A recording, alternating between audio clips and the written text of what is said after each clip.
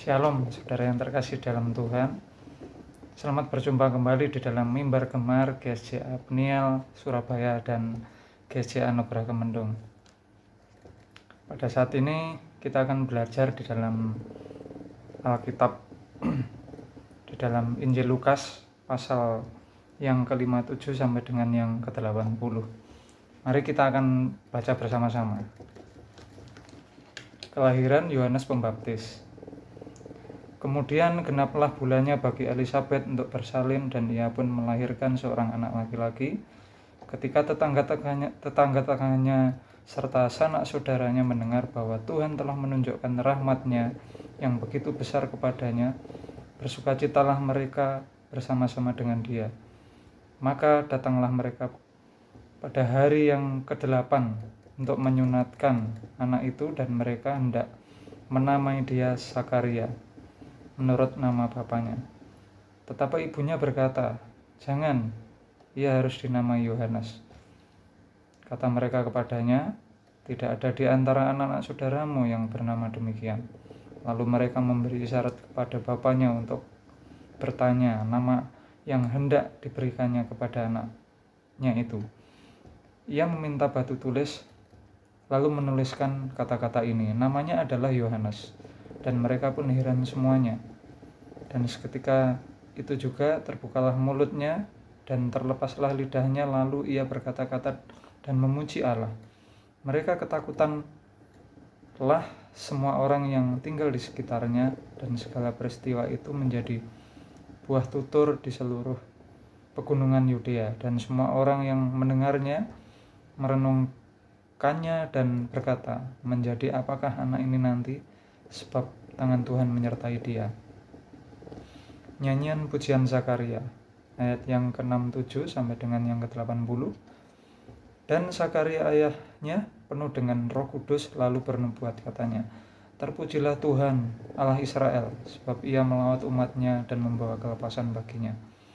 Ia menumbuhkan sebuah tanduk keselamatan bagi kita di dalam keturunan Daud hambanya itu, seperti yang telah difirmankannya sejak purbakala oleh mulut nabi-nabinya yang kudus, untuk melepaskan kita dari musuh-musuh kita dan dari tangan semua orang yang membenci kita, untuk menunjukkan rahmat-Nya kepada nenek moyang kita dan mengingatkan akan perjanjiannya yang kudus, yaitu sumpah yang diucapkannya kepada Abraham bapa leluhur kita, bahwa ia mengaruniai kita supaya kita terlepas dari tangan musuh, dapat beribadah kepadanya tanpa takut dalam kekudusan dan kebenaran di hadapannya seumur hidup kita. Dan engkau, hai anak-anakku, akan disebut Nabi Allah yang Maha Tinggi, karena engkau akan berjalan mendahului Tuhan untuk mempersiapkan jalan baginya, untuk memberikan kepada umat-Nya pengertian akan keselamatan yang berdasarkan pengampunan dosa-dosa mereka, oleh rahmat dan belas kasihan dari Allah kita, dengan mana ia akan melawat kita surya pagi dari tempat yang tinggi, untuk menyinari mereka yang diam dalam kegelapan, dalam naungan maut, untuk mengarahkan kaki kita kepada jalan damai sejahtera. Adapun anak itu bertambah besar dan makin kuat rohnya, dan ia tinggal di padang gurun sampai pada hari harus menampakkan diri kepada Israel. Puji nama Tuhan, saudara-saudara. Pada saat hari ini ketika kita belajar di dalam kitab Lukas pasal yang ke-1 ayat yang ke-57 sampai dengan yang ke-80 ini menceritakan tentang kelahiran Yohanes Pembaptis.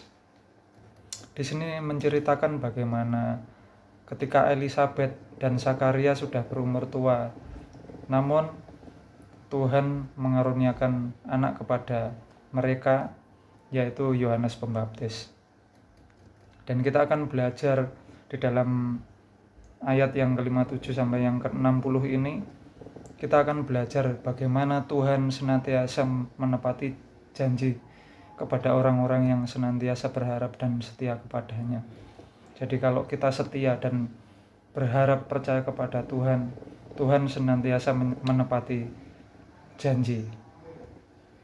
Dan yang kedua, kalau kita belajar di dalam ayat yang ke-60 sampai yang ke-67, bagaimana ketika Elizabeth melahirkan seorang bayi, seorang anak.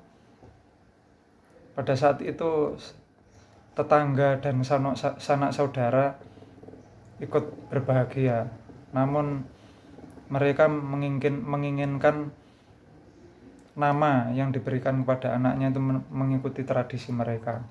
Tetapi apa yang dilakukan oleh Elizabeth dan Zakaria, Elizabeth tidak mau dan menolak secara halus kepada tetangga maupun sanak saudara.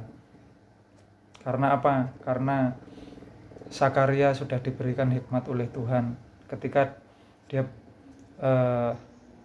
berjumpa dengan malaikat Gabriel, dan oleh Tuhan diutus malaikat itu untuk menyampaikan sebuah nama yang harus diberikan kepada anak Zakaria dan Elizabeth, yaitu Yohanes.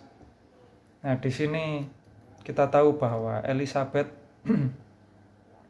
menolak untuk mengikuti tradisi tetangga maupun sanak saudaranya karena dia telah diberikan hikmat oleh Tuhan, mendapat sebuah hikmat untuk mengasihi nama anaknya adalah Yohanes. Nah, itu menunjukkan bahwa kita belajar untuk mencari hikmat Tuhan di dalam setiap kehidupan kita, dalam situasi sesulit apapun, di dalam setiap pergumulan apapun kita harus mencontoh seperti yang dilakukan oleh Zakaria dan Elizabeth, bahwa segala sesuatu kita harus berdasarkan hikmat Tuhan, mencari hikmat Tuhan, apa yang dikehendaki oleh Tuhan. Yang ketiga, kita akan belajar di dalam ayat yang ke-67 sampai ke-80, bagaimana pemeliharaan Tuhan terhadap Zakaria dan Elizabeth ketika dia harus hidup di sebuah padang gurun, namun dia senantiasa setia memelihara anaknya Yohanes sampai besar, saudara. Dan kalau kita pelajari di ayat ini sampai yang terakhir, di ayat yang terakhir, Yohanes bertumbuh besar, dia dikarunia hikmat oleh Tuhan. Dan arti sebuah nama Yohanes itu adalah Tuhan memberikan rahmat. Di sini kita belajar bahwa Yohanes memang umat pilihan Allah yang dikehendaki oleh Allah untuk lahir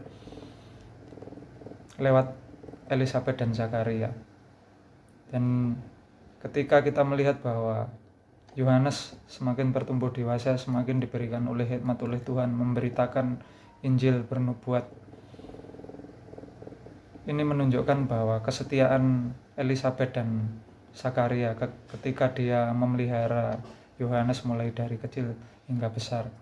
Dan di sini dapat kita petik di poin terakhir bahwa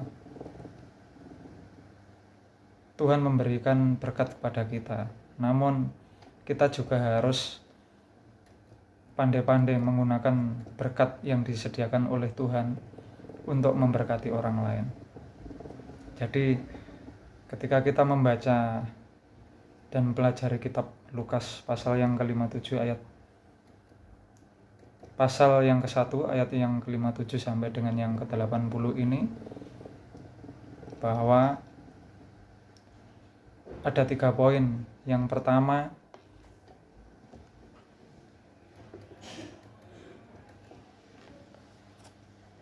kita harus senantiasa setia terhadap janji Tuhan. Kita harus percaya terhadap janji Tuhan. Kalau kita setia, Tuhan pasti menepati janjinya di dalam setiap pergumulan apapun. Poin yang kedua adalah senantiasa mencari hikmat Tuhan di dalam setiap pergumulan kita, di dalam situasi apapun, di dalam segala doa-doa kita, segala apa yang kita minta pada Tuhan. Dan poin yang ketiga adalah setia dan selalu menggunakan berkat yang digunakan oleh Tuhan untuk memberkati orang lain, sehingga kita selain diberkati oleh Tuhan, kita juga bisa menjadi berkat buat orang lain. Baik saudara, demikian firman Tuhan di dalam kitab Lukas ini yang bisa kita pelajari.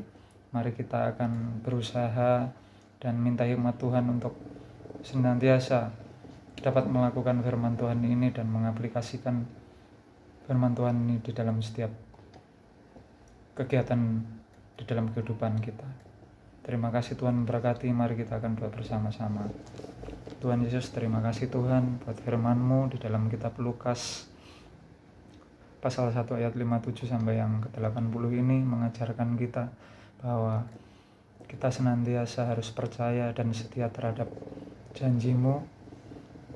Kemudian ajar kami untuk senantiasa mencari hikmat di dalam setiap kehidupan kami, dan juga Tuhan, kami harus mempergunakan setiap berkat-berkat yang Kau limpahkan untuk memberkati orang lain Tuhan. Terima kasih Tuhan.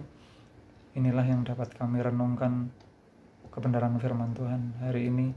Semoga Tuhan ajar kami dan mampukan kami untuk dapat mengaplikasikan setiap firman Tuhan ini dalam kegiatan di dalam kehidupan kami sehari-hari. Terima kasih Tuhan buat firman-Mu pada hari ini, dan kami percaya bahwa Tuhan sanggup melakukan perkara yang besar di dalam setiap pergumulan kami.